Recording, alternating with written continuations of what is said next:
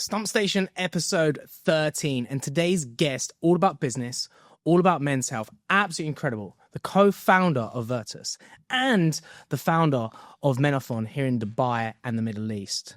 Tom, welcome. Thank you, mate.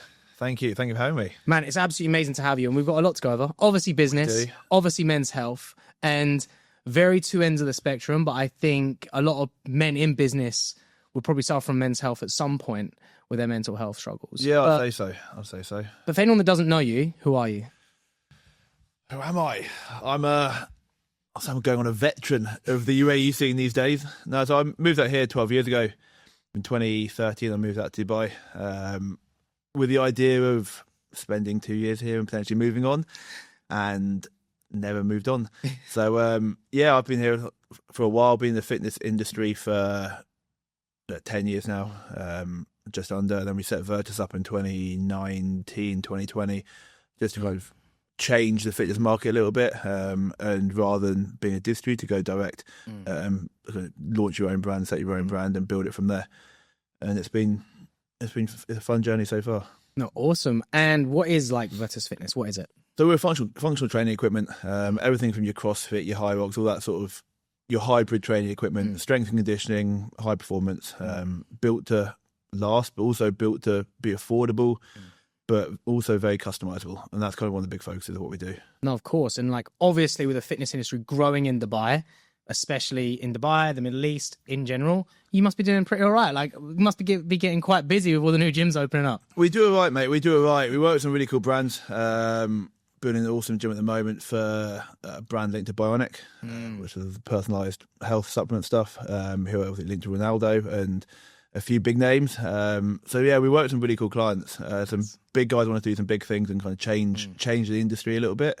So yeah, there's exciting things coming out here. No, I love it. Have you ever had any like weird requests or weird like ideas and you're like, oh, that's a bit too much?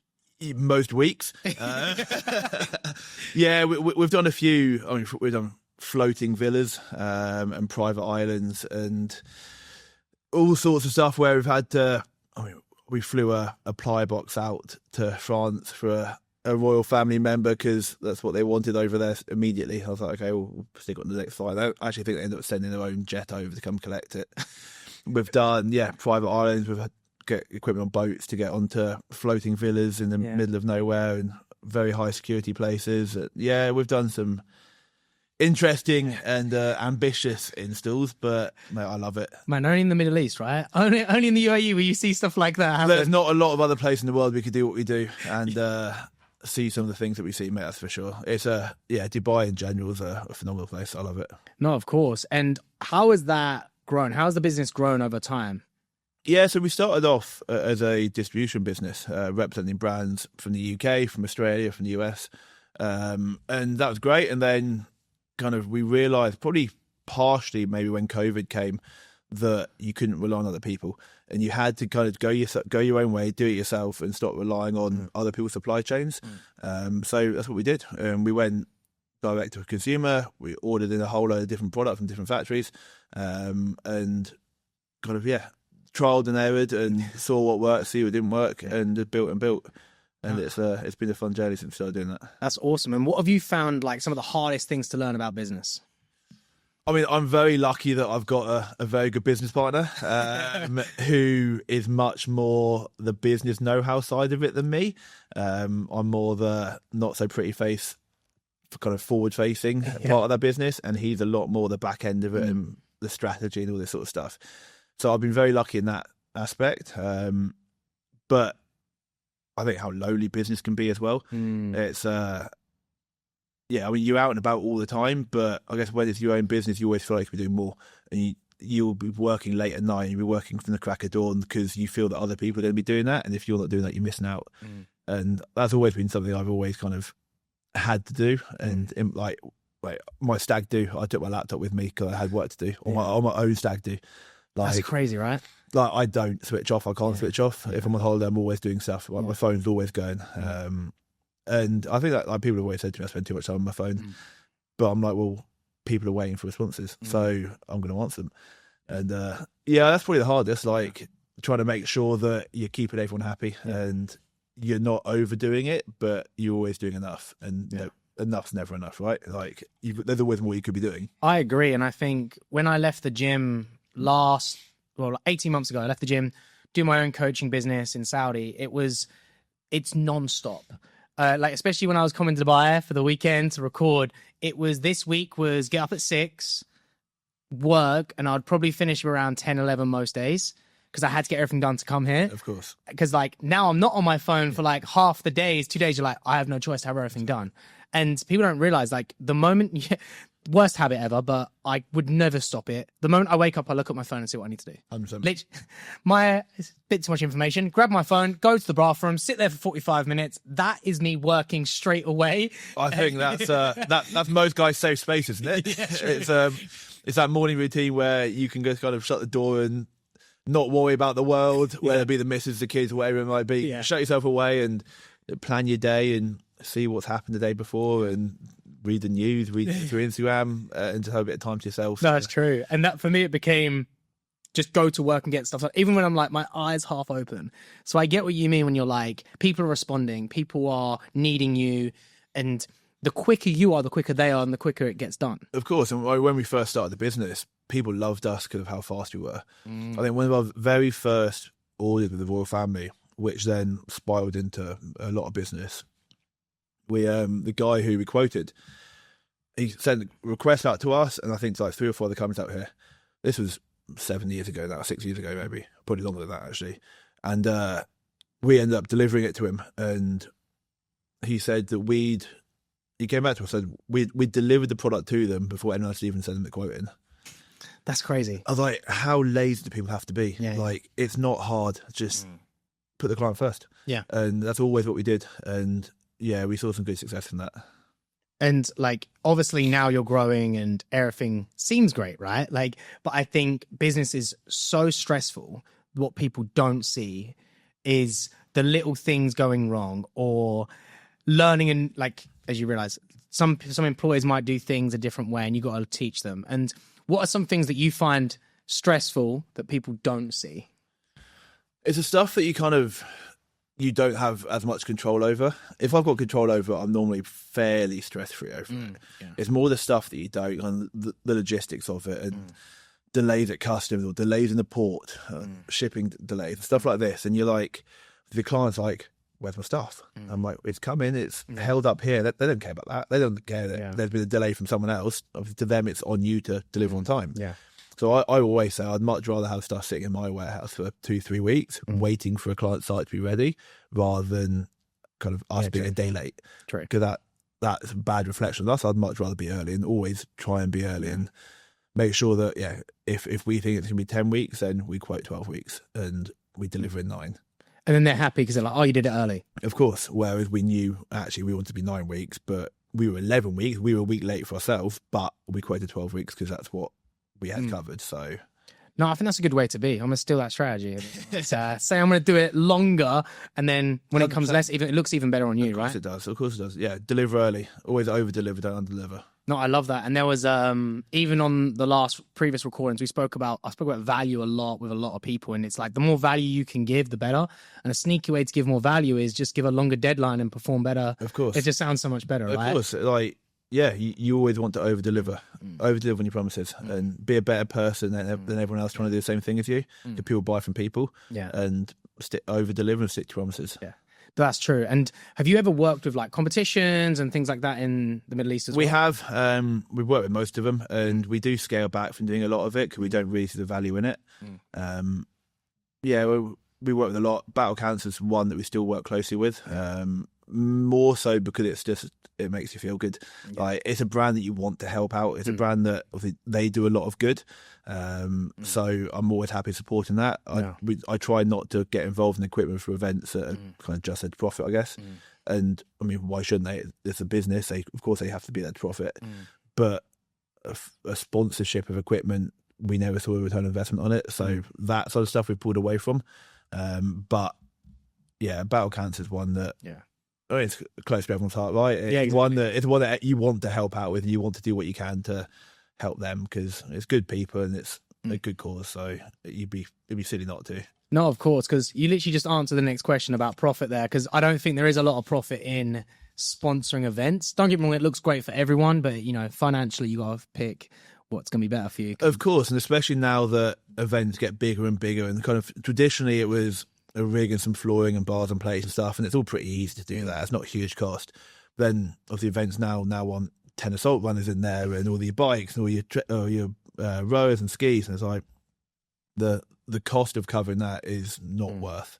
It's true. not worth it. You never get a return on that. And also, you can't resell that. Of course you can't. You know, it's not fresh, so you just got to save it for the next event or whatever, right? Yeah, and products like that get, like the assault bike, they get trashed in competitions. Oh, yeah. You know, and what gym's going to want one after it's been True. battered in an outdoor competition? Because, or like the assault runners outdoors.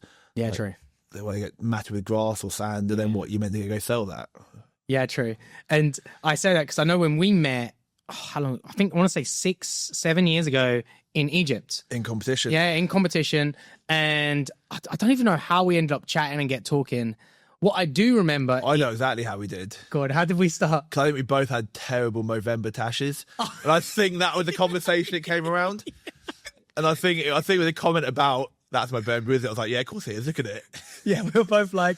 This is the only time I think I haven't done it since. Yeah. The missus won't let me do it again. No, I'm not surprised. It looked like crap. We had like a Movember tash. Yeah. And we were like, yeah, that guy's definitely going for Movember. There's a few that had like the full-time tash, and you're like, yeah, you can pull that off. I can't. Yeah. So yeah, I think that was it was like, he's clearly English, isn't he? Yeah. And what I do remember about that competition though, so it was me, you, Chewy. Do you remember Chewy? Yes. Big Samoan guy. So what happened was, it's a funny story. We finished, I had one event left. You guys were done. You literally destroyed him drinking. We had a few drinks. Yeah. We had a few drinks. He nearly missed his flight, by the way. Yeah. I think we all did. I had to wake him up because like he had an earlier flight. I had to go back, wake him up, make sure he was good to get ready. But that was a good way to connect. And yeah, and then we sat at the airport where both our flights delayed. For a while, just hating life a little bit worse for wear. But yeah, like that experience was quite fun to me. And like we were literally looking like crap with the Movember style. Yes. But all of that is like for men's health. Right? And I think that's what it's about. Absolutely. But I think, don't get me wrong, a tash isn't going to change a lot, right? But it just builds that awareness up. It builds the awareness, doesn't it? Like you do that in November and everyone associates it with Movember, and it's kind of an instant, like you know why you're doing it. Yeah. Well, the missus is going to really hate it when I do it again this November. You're not getting married in November, are you? No. Look, like she's seen me get my hair transplant, looking like crap. Now she's going to see a Movember. So we go in phases, and then we get married in 6 months later. So she's good. You got time to grow it back. Hair and beard, she's going to be happy. Yeah. That's fine. But like one thing that you do, which is amazing, you do so much for men's health with the Menathon. And what is that people don't know about it really? Yeah, so Menathon's it's a men's only community that we get together once a week and kind of normally do a pretty intense workout, obviously scaled to anyone's ability, but in general a pretty intense 60-90 minute workout, and it's always followed by a coffee and a sit down afterwards. Nice. And kind of creating that safe space where men can get together, catch up, and work hard, get a sweat on, kind of build that mental resilience and the fitness side of it. But the coffee after is equally important, if not more important, and just getting everyone together, sitting down, just kind of catching up in the week. There's a bit of safe space for anyone who wants to open up or ask questions or discuss whatever. And it started off pretty small, and we started off kind of, initially it was 10, 12 of us, and we'd sit down together as that group of us, and we'd all just chat after about the week.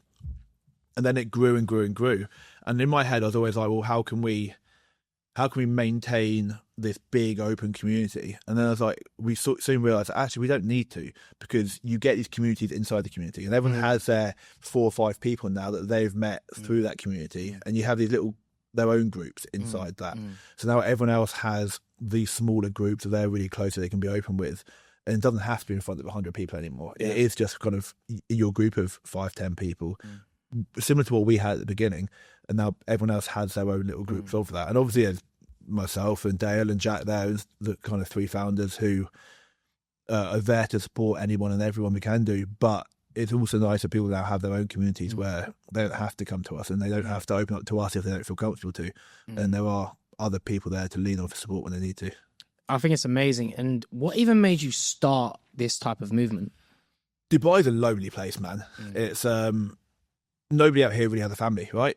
Not an extended family. Yeah, wife, kids, whatever. You've got that family, of course, but nothing. No one has parents and siblings and stuff like that to lean on out here. So when times get tough, and times do get tough, then you need a community around you. And there was nothing for men. I mean, nothing at all for men. You get the odd kind of group that pop up that try and charge you for it, and it would cost 150 dirhams, and you go sit down and sit in the circle and meditate. It's like bullshit. Like one of the biggest barriers of entry for what we want to avoid, is a barrier of entry, and financial strain on men is one of the biggest kind of causations of depression and suicide. It's that financial strain, whether that's on the family, like onto your family, trying to support and provide. And we're like, well, putting a fee on this completely stops people who might be struggling. So obviously always keep it completely free. Anyone welcome, whoever wants to come down, any fitness level, don't even come for the workout, just come for coffee. Like, That's fair. Come down, come catch up with the boys and spend a bit of time with other blokes who just chat shit and have a bit of fun with it. Yeah. And you've probably heard some stories of a lot of people there. Is there anything you can say without mentioning names or anything that you have heard about and you're like, I'm so glad we've made this group for people to be open? 100%. And I mean, I've had my own battles with depression and suicidal thoughts and all this sort of stuff. And it is nice to be able to have this community where there is a group of guys that you can lean on when things are tough. Because there's two boys in there that I spoke to when I was struggling, and they're the only two I ever knew. And I mean, they didn't know quite to the extent, because guys aren't very good at talking about their feelings, right? And what's going on. And a lot of the time, it's actually a lot, I think, because guys don't know what's going on in their head. Like, it's hard to understand a lot of the time what you're thinking, why you're thinking it. And it's only kind of later when you reflect and that you realise to the extent it was. But yeah, it's like the amount of messages we get from people saying how important this community is to them. And that, I think that was always something that took us by surprise a little bit. Like, we wanted to build a community for guys to come down the sweat and have a coffee and kind of be good blokes with good blokes kind of thing, and level themselves up, set a better standard for themselves to be kind of show off their family, whatever it might be. You want to be a role model to your kids. That's always what it was for me. Like, you want your kids to look up to you as an example, right? And yeah, the amount of message we get from guys now at how important this community is to them, and how they might not know where they'd be now without it. And yeah, it has an impact. Yeah. No, I think it's amazing. I think just having a place to not let people feel lonely, right? I think that's the hardest part, is 100%. When you feel like you're the only one that suffers from the same thing. You're the only one that has been through this. You're the only one that is hurting, right? And it may not be the exact same thing as someone else, but men feel it. But like you said, men don't talk about it. The only time we speak about anything deep is when we're doing something stupid at the same time. Of course. You know, like playing video games, talking crap, doing a workout, talking crap. Like, this normally when it opens out, and it's in a way that seems casual.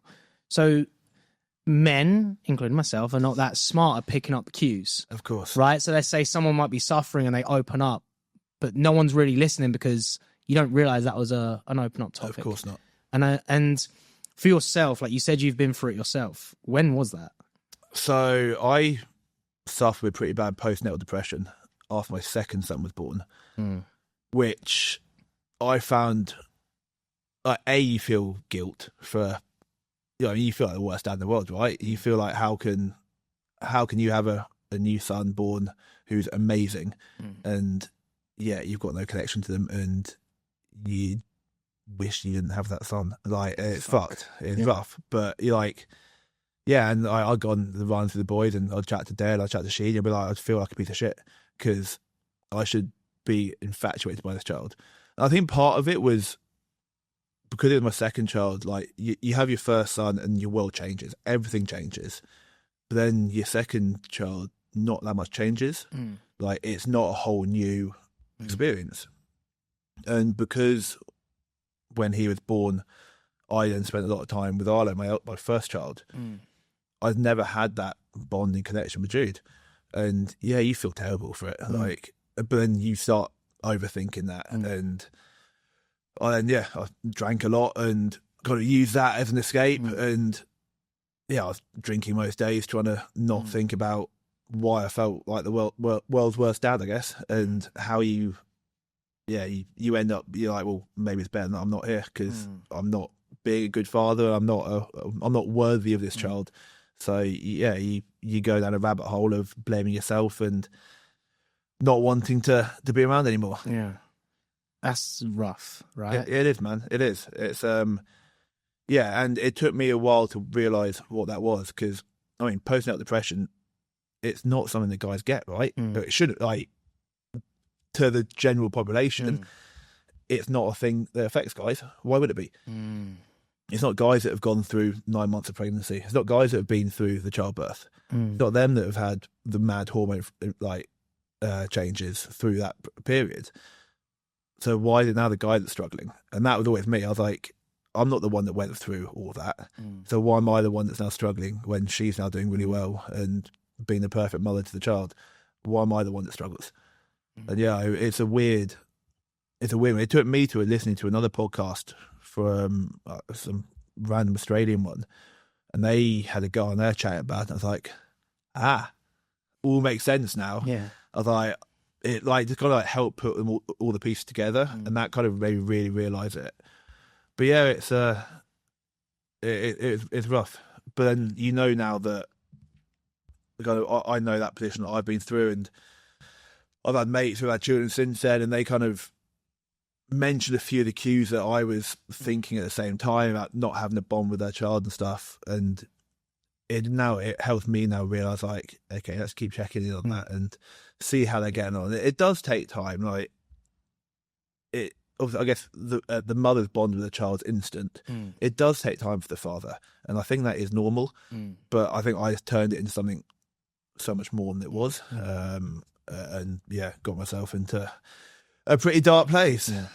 But like you said it there, like, it takes time, but as soon as you start overthinking it, as soon as you're thinking that there's something wrong with you, as soon as you start thinking that you're not good enough, as soon as these things come into play, then the guilt is the worst. The worst. Like, I've been through some hard times, and the guilt is the worst feeling, and it keeps you there because the guilt gets bigger and bigger and bigger and bigger.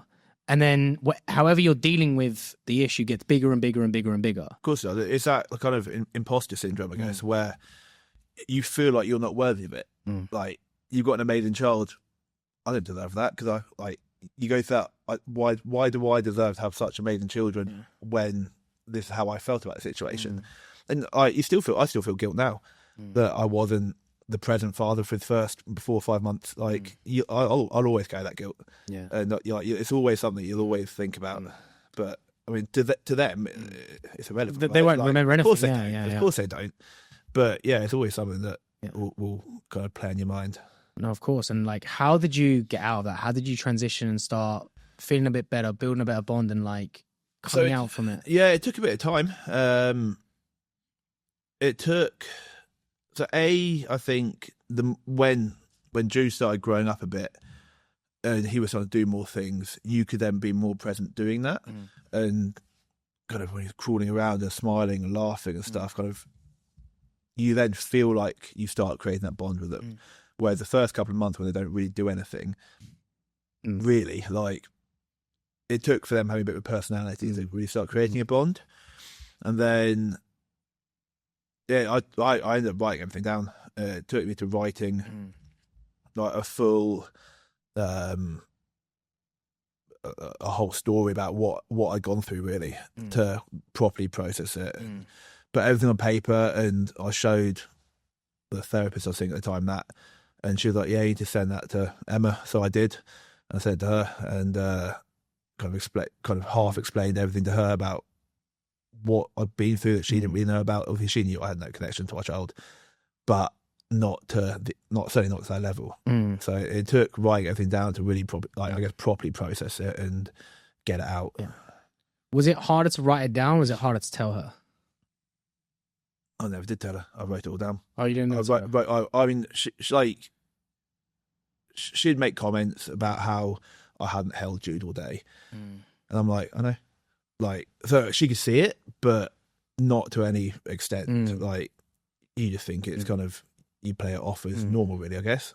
But yeah, I didn't tell her. I wrote everything down and sent it to her, and it was after we'd separated that I sent it to her, and yeah, I wrote everything down and used that as like just so you're aware, this might explain a few things. And yeah, it took writing everything down to be like, shit, this is actually what went on. And it was the first my family heard of it. Well, I did a podcast.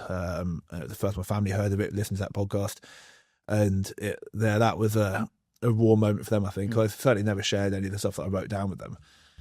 So it was Who was the first person you opened up to about it?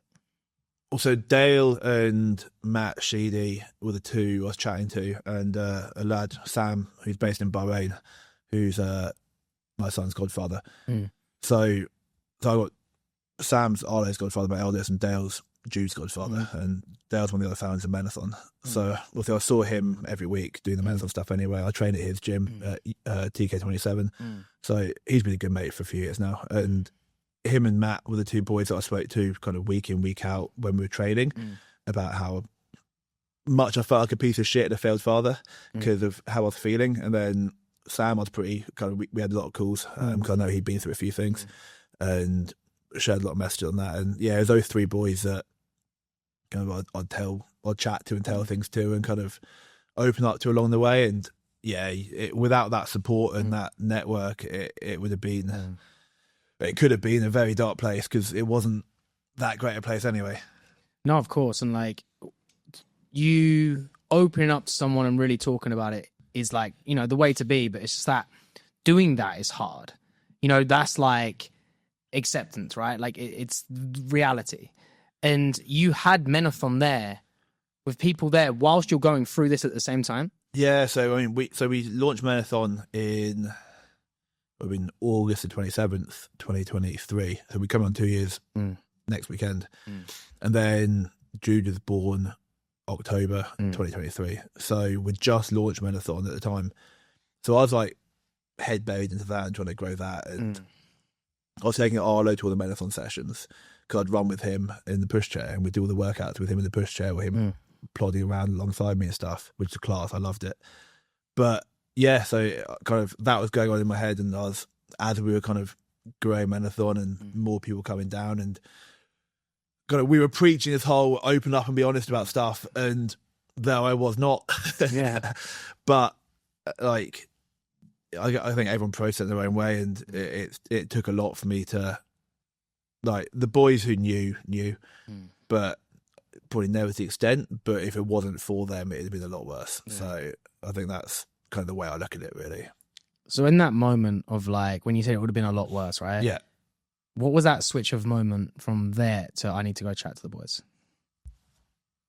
Because that just builds up and builds up. And it was a weird one, right? Because it was never a case of, I want to kill myself. It was never that. It was if I could flick a switch and not be here anymore, and not cause the harm and hurt to the people you leave behind, then that I'd do. 100% I would have done. And that was always a weird one for me, because like, you don't want the guilt and or you almost feel like you don't want to put the shame of doing it onto your family. But I mean, there is no shame in it, right? Of course there's not. But yeah, it's almost like you don't want your family to carry the guilt of what more could they have done. So it was never that, but it was if you could have found a way to have to disappear without causing a hurt, I'd have done that every day, mate, at the time. Every day. And it took a lot, but it took a lot of challenge to the boys, and kind of everyone else was like, you're a great dad. Everyone sees what I do with my kids now and back then, and everyone's always been said kind of how hands-on I am, how good I am, and I'm like, well, that's half of it, I guess, but the other half's obviously in your head, and you kind of battle against the two thoughts. But yeah, it's having that community that you can rely on and lean on to. And most guys haven't got a good close enough mate to be able to have these conversations with, and that's the reality of it. Yeah. And that's a scary thought, that how many lonely guys there are out there. And if if I was in that position where I was that lonely, like it'd be a struggle. Yeah. And you can clearly see why those statistics are so high. Yeah. When you go through it, and are very grateful for the community you have around you. Yeah. And I think, you know, the stat you're saying is literally the biggest killer in men over 30 is suicide. And when you say it like that, it becomes so real of mental health in men. And I think the hardest thing that men go through is pressure of being something in one way or another. And for you, it might have been being a dad. For other people, it might be being a CEO. For other people, it might be being a certain person to somewhere and feeling like they're not reaching up to that expectation. But that 100%. expectation's on them. Of course it is. And it's all in their head. And it's so hard to open up to that because men are very... Look, this is why I think the group's amazing, because men are really shit at opening up. Of course they are. And whether you do it in a fun way or whether you do it in a workout way, it can be super hard. So the more times that you see more people opening up, it opens that door like you're doing with Menathon to allow men to slowly come in and open up when they're ready, you know? Of course it does. And I guess that was one of the reasons why I kind of started opening up about this in the first place as well, was that hopefully it gives other people a platform to kind of think, yeah, actually that's what I went through as well. Because it's interesting, there was a College Times about 2 weeks ago, the paper out here, put up something on their Instagram. It said that 1 in 8 men suffer with postnatal depression. And there's probably about 300 comments under it, for all women, and all of them. But they didn't go through the pregnancy. They didn't do this. How can men have postnatal depression? They're not the ones with the hormone changes. And I'm like, how many thick women are there? Like, it sounds bad, but come on. Like, that's the issue, is that whether that's postnatal depression or any form of depression, how blasé people can be about it without understanding it and not wanting to understand it. It's mad. And I think as well, like, and I say this a lot with women clients as well, because this is just my theory, is that women go through so much emotional change through puberty and life that they're forced to build emotional intelligence. They're forced, like, you know, whether that be your first period, whether that be having a baby, whatever, their emotions change so much they chose to adapt, and naturally they just let it out.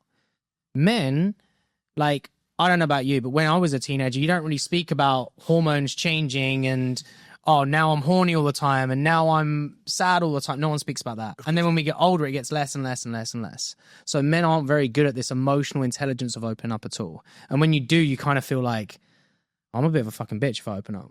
Right? Do you know what I mean? And I think that's the hard part. It's the whole man up phrase, right? Yeah. Which is the worst phrase going. Yeah. But that's the idea, right? And that's what everyone says.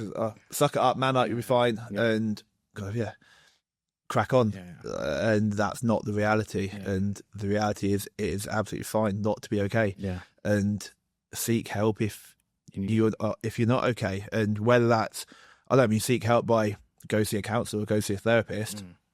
Yes, maybe that is a good option. Maybe it's not. Maybe you need meds to actually, you've got a neurological imbalance and you do need medication.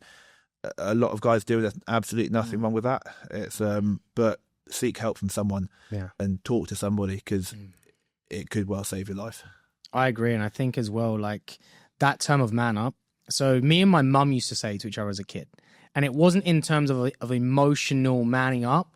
It's when times are hard, like in terms of, okay, let's say I'm saying I'm tired and I don't want to work. I don't want to wake up for work. I'll just man up. You will be fine. Yeah. In terms of push through this hard time. I say the same to my mum, right? Yeah. But like, it doesn't mean in terms of, oh, if you feel like shit, don't talk about it, right? But I think we have these words in our head that we think have meaning. And the stereotype in men is just get shit done. 100%. You're here to provide. You're here to do things. You're here to be that person. You're fine. You will be fine. And whether that be from other women, other men, whatever. But as soon as you say, oh, this is the shit I've been through, this is what I feel like, it's like, it just has that barrier of allowing men to open up just because. I think that's why these men's communities are so important, because if you're struggling and your wife is at home looking after the kids, you don't want to be a burden on them or feel like you're being a burden on them. because then they have to carry what you're going through as well as looking after the children. And a lot of guys will think, yeah, I'm here to protect, like that whole protect and provide, right? The protection's not only being able to physically protect your family, it's mentally as well, and not kind of bringing that on into your family. So I think a lot of guys having this men's community where you can be open and it's not somewhere you have to protect and provide. You can be open and honest about things, and knowing as well that a lot of guys have also been through very similar things or will have advice because they know someone that's been through something very similar. What are some things that you see in terms of the men that have opened up? What are some like cues or triggers that they've been through that people listening could look out for with their family and other men in their life? I think you shut yourself away a little bit to begin with if you're not careful, and you just don't talk. And again, you feel like you don't want to be a burden onto people, so rather than opening up to your mates, you just go quiet and you don't talk. And even now, I think last Sunday, our Menathon session, Dale messaged me after the session and said, "You were quite quiet then, you okay?" Like, it's just stuff like that, and that's all it needs to be. And I was like, yeah, I was fine. I was tired because I was out on Friday night. That was all. That was all. But that's why that community's there, because I might not have been. And if I wasn't, then that gives me the open door to straight away, like, it's just checking on somebody. Like, every day to check on someone. See how they are. Because it's very easy. It takes 2 seconds a day to check on someone. But if you check in on that person at the right time, it might help them or it might save them. Yeah. I agree. And I think there's this, you said, "Are you okay?" And it's not a text of, "Hey man, how you doing?" It's, I saw this, are you good? Yeah. Straight to the point. I did that a few times when I've been more aware of this over time. Like, I try to really look out for basic example. I was in the gym the other day. One of the friends I train with, he was on his phone a lot. He seemed very distracted, not chatting the way he was. I literally just messaged, "Hey man, I saw you on your phone. Are you good?" Yeah. He joking reply, "Yeah, the missus just having a go at me about something I need to sort out.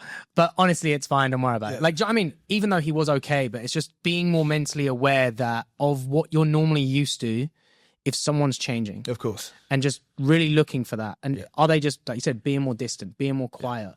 Not just the shy people, right? Like, if someone is being more distant and being very different. Absolutely, yeah. Like, people, when they are struggling, do tend to go quiet and kind of shut themselves away a little bit.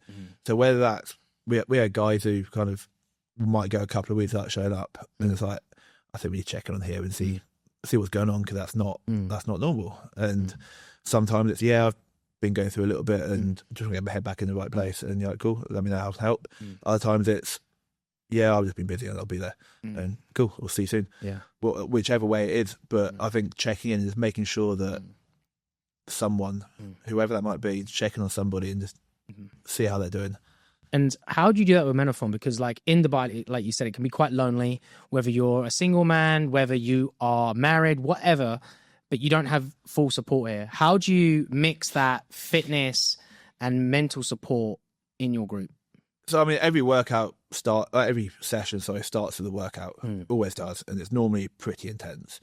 We've got, like, in the summer, we've tamed it down a little bit. We had to, just to stop people from keeling over. But, I mean, we do a couple of big events every year. So November, we do a D-ball run. So 35, I think we did 35 kilometres. So I mean, 31 kilometres, I think it was last year. Team of 3 carrying a D-ball between you. So 20 kilo D-ball, team of 3, and you run 31k with it. But the whole concept, right? If you share the load, so when you're struggling, when you're tired, someone else carries the weight, and you keep that weight swap between the 3 of you, but you all run the distance. So we do big events like that. We've got a big event in next weekend, actually, which is going to be, so it's this hybrid ultra, we've called it, but it's comprised of a 50k run. Along with, so it's like a 5k run, 50 bench, 5k run, 50 deadlifts, 5k run, 50 squats, etc. So yeah, it'll be, but we're going sunset to sunrise. So through the night, in the dark, and people will be hurting and suffering at some point through that workout, because you're not human if you're not. Yeah, of course, yeah. But that kind of, it makes you a little bit more vulnerable, and it gives you that opportunity that everyone else is also vulnerable. So, no, it's all good. It's all good. And like, I think as well, like what you are doing, because obviously fitness is growing here in Dubai massively. So having these groups are really good. But what about the men that aren't really into fitness, right? Let's say a corporate man works really hard. They've come to here to earn money, right? They've come to the Middle East to earn money, do really well, be, quote, successful. They're climbing the ladder. They're doing great, but it's a burden. They feel like they're just stuck. Like, it's quite tough. They might be overweight. They're not feeling good. How can they feel like they're going to be supported in a group like this if it's a lot of fitness? It is a lot of fitness, but we've got people from all walks of life, right? We've got everyone from Westerners to local guys. We've got CEOs, business owners. We've got personal trainers. We've got real estate guys. We have everybody. A lot of teachers. It's not a community for only excessively fit people. It may look like that at times because there are a lot of very fit people in the group, and some of the photos can look quite intimidating. And I know we've got a bit of stick on social media in the past for how we look at the beach on a Sunday morning, because when you've got 70, 80 guys in a weight vest running down the beach track, it might look a little intimidating to some people. But that was only that we did the Menathon Murph, and someone kicked up a fuss saying we were running on the beach track, taking up it all, and I was like, well, it's a Memorial Day workout. If you got an issue with Memorial Day, then it's your issue. Yeah, exactly. Yeah, go find something about. Go find about something that's not meaningful. It's okay. Exactly. Yeah. But yeah, like that community there, there's everyone from different fitness levels now. Yeah. Initially, it was pretty intense, but there are now a lot of people who aren't as fit or are very new into fitness or come back from an injury, and there's always like everything's scalable. Especially now, a lot of the workout are more run focused. Yeah. Everything's scalable. People do lunges instead. People do burpees instead. People like whatever it might be. But I think we've got certainly Dale and Jack, who are both trainers out here as well. We can always scale workouts, and we can always modify things to suit injuries, to suit your fitness level, and there are a lot of different fitness levels now. No, it's awesome. I'm glad to see, because I'm a big believer in, and I know I'm into fitness, but if you're not, I'm a big believer in physical fitness helping your mental health a lot. Like, if you're well into fitness and you're suffering, okay, you might need something else. But if you don't go to the gym at all and you're mentally going through a hard time, doing a hard workout, doing something that's pushing you mentally, one, it distracts you from the problem, and two, you're pushing yourself past something that you didn't want to do, which gives you hope, but also that mental push to be able to push in other areas. Well, it's a sense of achievement, isn't it? And I think that's what a lot of guys need, is they need to achieve something. They're always trying to achieve something, and you want those small wins and just kind of keep progressing as you feel like you should be doing as a bloke. Yeah. And yeah, it's trying to get those small wins. And if you're not into fitness and you are struggling, I'd say the first thing you should be doing is get into a gym, and because a workout always makes you feel better. Yeah. After that workout, you will always feel better, and you'll have it, like, regardless of the Menathon or not, get to a gym where there's a good community, and there are good communities out here in some of the gyms. Yeah, like, get out here, get into a community, and kind of feel part of something. Build a routine. I think routines are pretty critical. I think if you know you're getting up at this time every day, then to go to the gym, you stick to your routine. Yeah. That's why we do Menathon on the Sunday morning. It keeps you in check on a Saturday night. Yeah, true. Yeah, that was one of the big reasons for it. We get asked a lot, can we do it late? Can we do it on a different day? No, because I know I'll be out on a Saturday night if I'm not, and I'll be out drinking on a Saturday. So I'd much rather know that I've got to get up at the crack of dawn on Sunday to be there, to be with the boys. So yeah, it keeps me in check. I know it keeps a lot of other boys in check as well, to not kind of be seen on a Saturday night. And I think as well, like you said, like, your coping prior was to go to drinking and do that. Now, as a result, you're not going to do that because you want to be up early and be there, be a part of it, of the brand that you're building. 100%. Yeah, it's important that that community is there now to keep people away from, like, everyone likes to go for a drink, of course they do, and have a bit of fun with it for sure. But if I know that I've got to be up at the crack of dawn on a Sunday morning, I'm going to be less inclined to be out on a Saturday night. Yeah, true. Yeah, it happens. But ideally, most Saturdays anyway, you're in bed early, ready to go on Sunday morning. That's true. And like, what are some other ways that you feel like you coped with going through a hard time? Whether that be not going out on a Saturday, getting up early, or what are some ways other people can deal with their own mental struggles and ways of coping? What are some strategies that you... I mean, my initial coping mechanism was alcohol, so it's not the best one. And it wasn't a coping mechanism, it was putting into more of a hole. Yeah. But I mean, at the same time, it was with a mate and we just went and chatted shit and drank. So the chatting shit part was probably a good part of it. It meant you were still talking. It just could have been over something non-alcoholic, hopefully. Yeah. But yeah, the fitness part of it was for me. I just dive into that and get into a good routine. And if you're overweight, then get fit and lose a bit of weight, and you'll feel better about things. 100%. Yeah. Like when you're progressing, whatever that might be at, whenever you are seeing progress and seeing results, you're always going to feel slightly better. Yeah. And then it's talking, writing stuff down. It was writing stuff for me, but talking and writing, it helps. Yeah, I think so too. Any way of expressing, if you feel like you haven't got someone to open up to just yet, just writing that down and getting it out. And I think that's the hardest part. Is accepting it. It is, because writing it down for me, I found the best part, because you can rewrite it. I do it on my phone, so you can keep editing, keep changing until you're like, now it all makes sense. Now I've put all the pieces together. Kind of, I started making like bullet points out of it, and I was like trying to work out why this meant this kind of thing. And then you start like rewriting it, and it also makes you kind of realize a bit more as to what's going on. Because when you sit down and actually think about it, you start to process a bit more. And then as soon as you start processing, you can actually kind of decompartmentalize it and properly work out what's going on and figure it out and build from there. Yeah.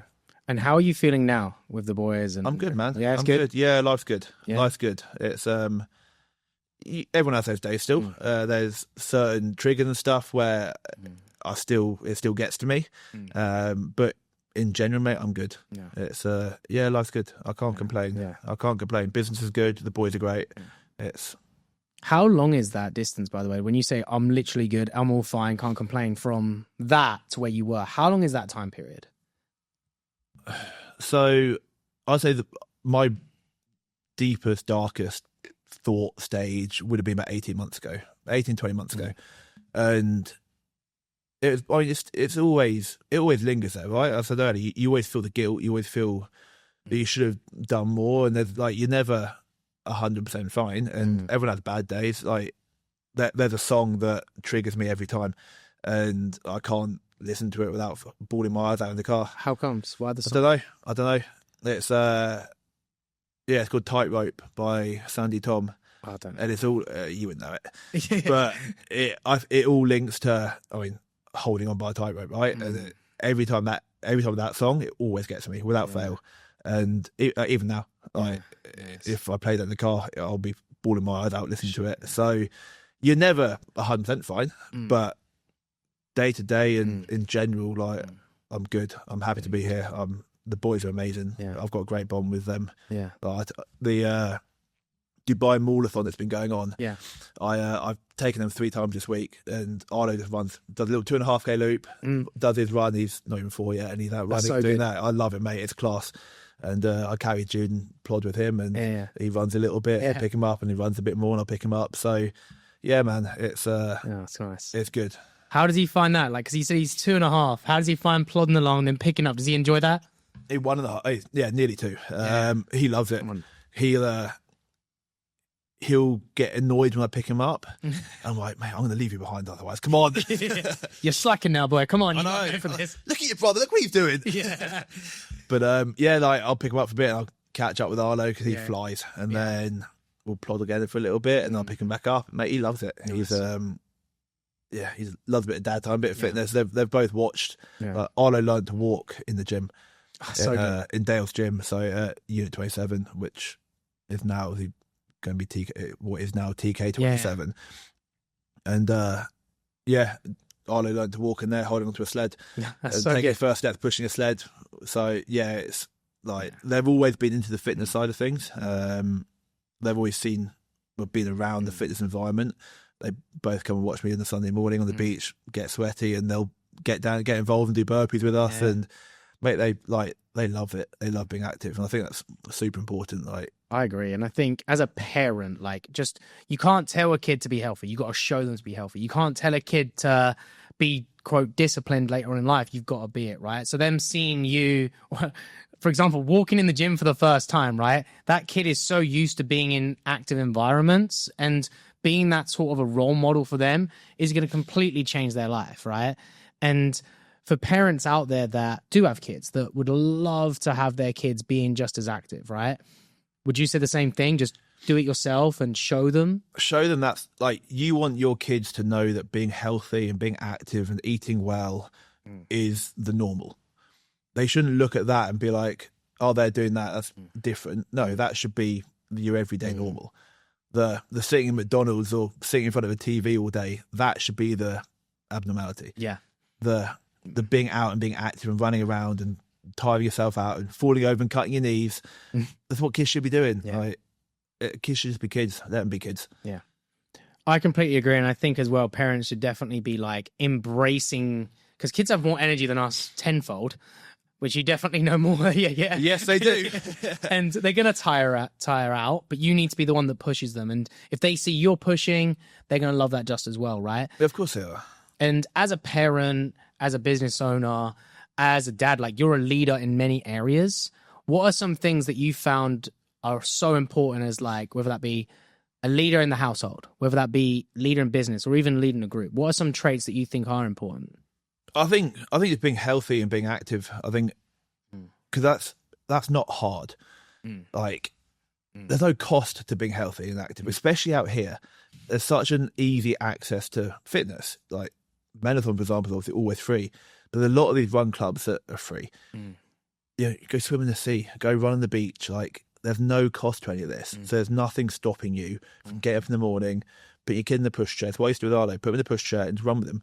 Like, let them see you being active. Let them see you move and make that a normality. Because if you're starting the day being active and getting some exercise in, then it's going to get, like, they should see that as what they should be doing, not when they get to 18, 20 and go to the gym for the first time and don't know what to do. Like, yeah, of course, that's fine. When kids are 18, 20, never been to the gym, 100% go to the gym. But if you can get, like, that fitness ingrained in their mind from a young age. I had Arlo doing rugby tots before he was 2. No pressure, mate. You got to do well. 100%, yeah. You're my investment, remember? But no, like, honestly, get them active, get them into a sport, get them into a team sport as well, because, again, build that community. Like, yeah, it's a very different community at that age, of course, but you build the friendship and get them into a team environment. So, no, I agree. I think get kids active and away from not away from the TV, because I think a bit of TV time, there's nothing wrong with that. Of course, there's not a bit of downtime. I think every parent needs it as well. Yeah, but yeah, just getting kids active and letting them see you being active.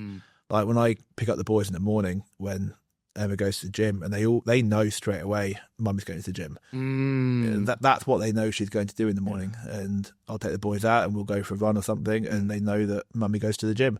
So, like, keeping that, they know everything fitness wise, and they love to get involved. So, like, let them. Yeah, it's true. I think that's so good. And I think, you know, you're just trying to be a good role model, right? Everyone wants to be the best role model. And I think I hear this a lot from parents. And it might even resonate with you, right? Like, especially what you went through. I think if I said to anyone that doesn't have a kid, you're going to have a kid now and you're going to raise it the best way possible, everyone would panic. Of course. Right? Obviously, you have a mental preparation when, you know, the wife or whoever's pregnant, right? But if I said, here's a kid, you got to look after it for the rest of your life, don't fuck it up. Many people are in panic mode. I don't know what to do.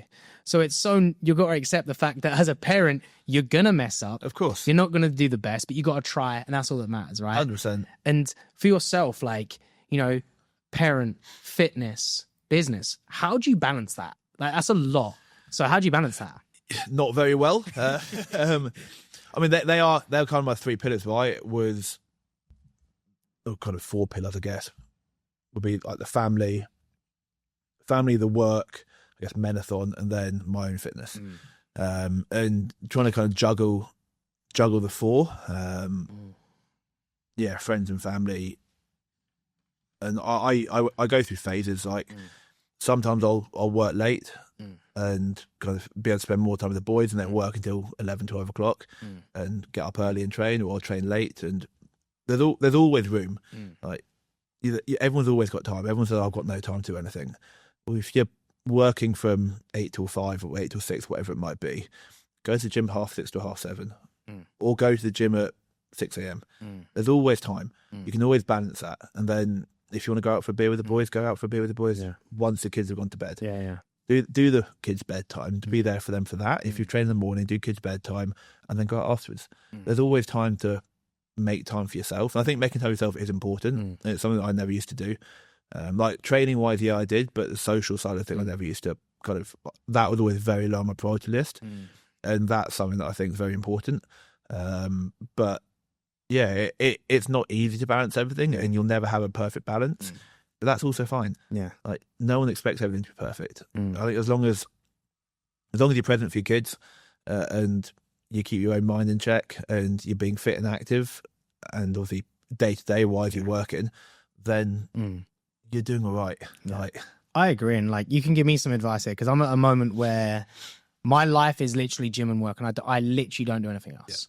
It's obviously when things are going well and you're getting momentum, you don't want it to stop. Of course. And like whether you're trying to hit a financial target, whether you're just trying to help more people, whether you're trying to be there for clients, that's me 24/7. Yeah. And like my phone's literally on do not disturb. Otherwise, same thing as just going to vibrate, whatever, right? So what advice would you give me to be like, right, okay, you can have a social life in the gym and be friends, but outside of that, how do I do that? Because I find that tough.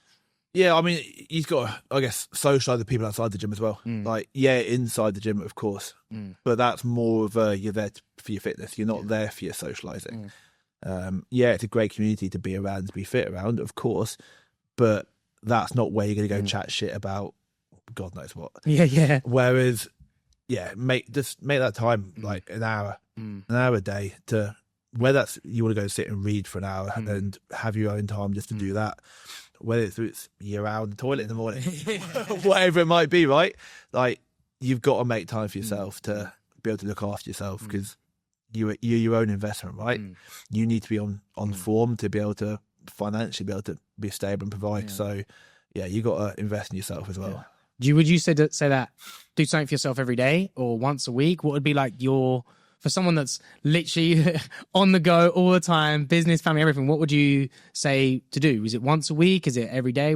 I'd say every day, but that's not going out and sinking 15 pints every day. Like that could be an hour in the car in the morning with a podcast on, just relaxing and chilling, taking your own time. That could be like take a phone call, but go for a walk when you're making that call, or head to the office half an hour earlier. Don't go in, just go grab a coffee and just sit, relax, and prepare yourself. Like you don't need to. Taking time for yourself doesn't necessarily mean going out with the boys. Like, go to the gym, do whatever it is that you want to do, but do it from a social aspect or for yourself rather than for work. Yeah, no, I get it. I think being in Saudi is a little bit different. I physically can't go out with the boys. Like I'm not gonna, like for me, I like to go to the pub, watch a game of football, have one or two drinks, just to watch. Do you know what I mean? Just chill. Of course. There, it's go for a coffee and watch the game, right? Or something at 3 a.m. with a coffee. At 3 a.m. with a coffee. I've never understood this concept, but like this is the norm in Saudi, right? And you will see, obviously, with the time difference, football will be on till 10, 11 at night. So people will be sitting there in a coffee shop, drinking and watching the game. I was meant to go this week, last week. The Premier League started. A friend of mine said, come over. Work overrun, and I was like, I've literally missed half the game. It's kind of pointless. That kind of sucks. I was looking forward to that. I wanted to do it, but I'm like, I've got to be back in another hour. So what's the point? But definitely, I think I'll definitely try and at least once a week for a few hours just to let go. I think I need that more than anything. Mate, I've been snappy recently. I need to snap out of being snappy. Mate, I found myself the last since I've got back from holiday, found myself a little snappy and a little short fused at times. I'm like, as long as you're catching yourself doing that and kind of acknowledging it, then you can action it, right? And you can do things to stop that. So that's true. I don't think I think everyone goes through their phases, mate. And I think a bit of time for yourself. I think there's some study done. Chris Williamson spoke about it, that for men to be happy, they need 2 evenings with their mates a week. Twice a week to catch up with their mates and be boys. Yeah. And I think that's true. I think a minimum of once, but just time to chat shit and chew the fat without having kind of other expectations on you. Yeah. I think as well, like you said, for me, football's like my go-to because I just like sports, but because I can't talk about the gym, it becomes related to work again. Of course. So I'm like, sometimes, normally once, twice a week, it used to be, apart from the past few weeks, I'll go on the PlayStation, chat to my friend for like an hour about football. Yeah. Sometimes we don't even plan a thing. Of course. If we just chat shit for an hour. Yeah. And sometimes that's needed. And then you're like, okay, now I'm like, I've just distracted my mind from 1,000 things, right? 100%. And like you said, that's just needed for men sometimes just to be better. I've never been into the gaming sides of things, but I've got mates that will go and play FIFA, Call of Duty all night and like once a week or once every other week and with their mates and a little headset and just chat shit. Yeah. And it's like, however you want to do that, just do it. Like, well, I would definitely do it in like a pub and watch the game. If it was there in Saudi, I just need to come to Dubai and probably, it'll be fine. Just don't be at the pub every night like I was, mate.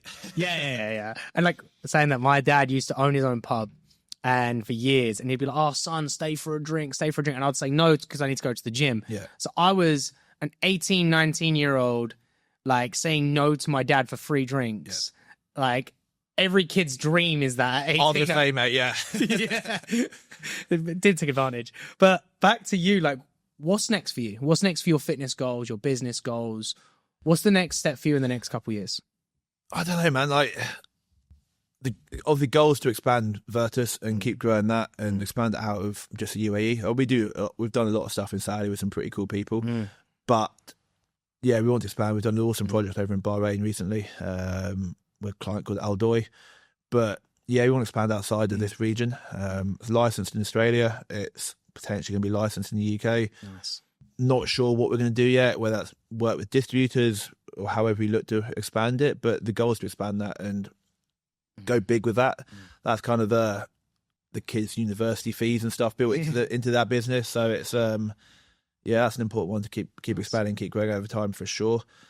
Fitness wise, I'm not sure. I'm enjoying a little bit of high rocks at the moment, which I used to slam it. So I'm me and Dale did the high rocks doubles in Abu Dhabi and didn't quite get where we wanted to be. So the goal was the podium and we didn't. So we kind of said we'll run it back and get on the podium this time. So that's out there. That's the goal. What was your guys' time? 1:02. Okay, so close to that sub 60, right? That was the goal. We wanted 58. That was our target, and we should have been there, and we just weren't. So that was the goal. Goal was sub 60 and podium, and we didn't do it. So there's a bit of frustration around that, and kind of run it back and do that again. Pick up a few seconds here and there on the runs and pick that up. And then after that, I'm not sure. I've always had a goal of running a 100-miler, and I've got part of my sick, twisted mind wants to do it on a 400-meter track. Oh, that's horrible. Yeah, so I've run a half marathon there before. How was that? Horrible. Horrible. But that's kind of why I want to do it. Yeah. In a way, it takes all the admin out. You got bathrooms there. You got fridges. You can keep it. You don't have to carry anything with you, so it makes that a little bit easier from that aspect. But it's boring. Yeah, it's boring. And I'd go no headphones, no music. Oh, really? Yeah. Just if you're gonna get dark, go dark. I did. I ran a 6-hour max loop run in January just because. Damn. And me and my wife had separated about 2 weeks beforehand, so I was like, had some demons to play with, and I was like, right, I'm gonna go and run. Did that help? Yeah, I mean, it gives you, again, no headphones. I had 6 hours in my head to process things, to think about things and plan things. And that time in your own head, for me, is great. Yeah. Some people don't like it, but I love being in my own head and playing with the demons and dancing with the devil a little bit, I guess. But so that's kind of, that'll be on the list of things to tick off, I think. No, I love that. 161k on a 400-meter track. That'll be so fucking sick. Well, we'll play this clip when you do it. And then that'll come up and be like, right, it's done. I said I'll do it. I'll do it. I said I'll do it. I'll do it. 100%. It's I just need to find the right time. Yeah, of course. Time to be able to kind of, you want to do it inside a 24-hour window is kind of the goal. So, which is kind of rough because that's quite hard to do. Yeah, especially on track. Yeah, yeah. I mean, I don't want to walk it for true. 3 days. Like, true. Head down and keep going. And no, I love that, and I think anyone that is going through a hard time, doing something physically hard gets you out of that.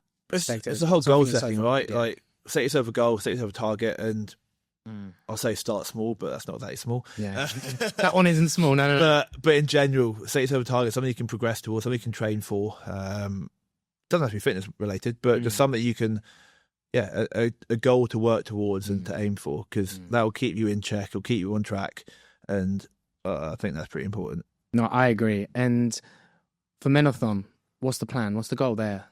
Just keep helping as many people as you can do. We've opened in Abu Dhabi. We've got boys down in Abu Dhabi now running it. Matt down in Abu Dhabi runs that. And they get 30, 40 people now each week. Nice. And it's flying. We always want to keep it free. Always. It's nothing to do with us making money on that. So that's not going to change. But yeah, just keep growing it. The more people we can help, the more locations we get into. We get messages asking to, wish you could do it over here, wish you could do it over here. I'm like, I wish we could as well. Like, it's just finding the right people in the right areas to run it. To run it and to run it at their own cost, or free of cost at least. Yeah. Like, we pump our own money into it here and there to make sure, like, whether it's paying for website domains, or if I've got equipment that I can put into through the business to take down and use equipment there. We use Dale's gym for it every now and then up at TK27. So, yeah, keeping it free, but keep growing it and getting as many people as you can do down, and I guess help as many people as you can do, and got to keep banging the drum on men's mental health, and I guess for me personally, men's postnatal depression, and kind of spread that word as well, that men do get affected by postnatal depression. It's not just women, and it is a very real thing, and it does impact people's lives. I agree, and I think as well, like, sometimes it could just be from men feel like they need to be an expectation to be a certain style of dad, right? And I think that's super tough. And what about you? Like, let's say who you are now and your kids grow up. How do you want your kids to remember you? Ooh, that's an interesting one. Although I always wanted to, I saw something the other day and I loved it. And it said that I never want to be the dad where the kids say, my dad used to do that. It's always, my dad can still do that. Like, whether that's chasing around the park, whether that's... I've always had a goal that I'd play in the same rugby team as Arlo. So when he turns 18, I'd be, 50-something, and be able to still move around fit and healthy to the point where I could play on the same team as him. I think it's just a cool little goal, I thought. But yeah, just really kind of set that example and be the one that when your kid messes up or does something wrong, they know they can call you. And not because they're panicking and scared, but because they know that you'll be able to help and they know you'll be able to fix it. And that's kind of that's what I want them to think of is, yeah, Dad can sort this out. Dad can help here. No, I love that. That's awesome. That's being a role model, but also being the one that they can come to, right? Yeah, always. And yeah, make sure they know they can come to you for not to be scared because they've done something wrong. They can come to you because they know that you can help. No, I love that. I love that. I've not got kids yet, but I'll take notes, you know? So the way we normally finish the podcast is quick fire questions, okay? Right? I say it's quick fire, it never is, but we try our absolute best.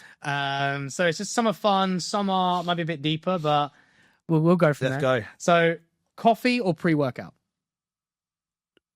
Well, pre-workout, if it's before a workout. Coffee every other time of the day. So what, you have to choose one, and the rest has to go forever. Pre-workout. Give me the beach rally and tingles. What is your favourite movement in the gym? Probably clean and jerk. Okay. What is your favourite gym to work out at right now in Dubai? TK27, without a doubt. No, I love that. And what is the biggest business mistake that you learned from? Trusting other people and expecting other people to love your business as much as you do.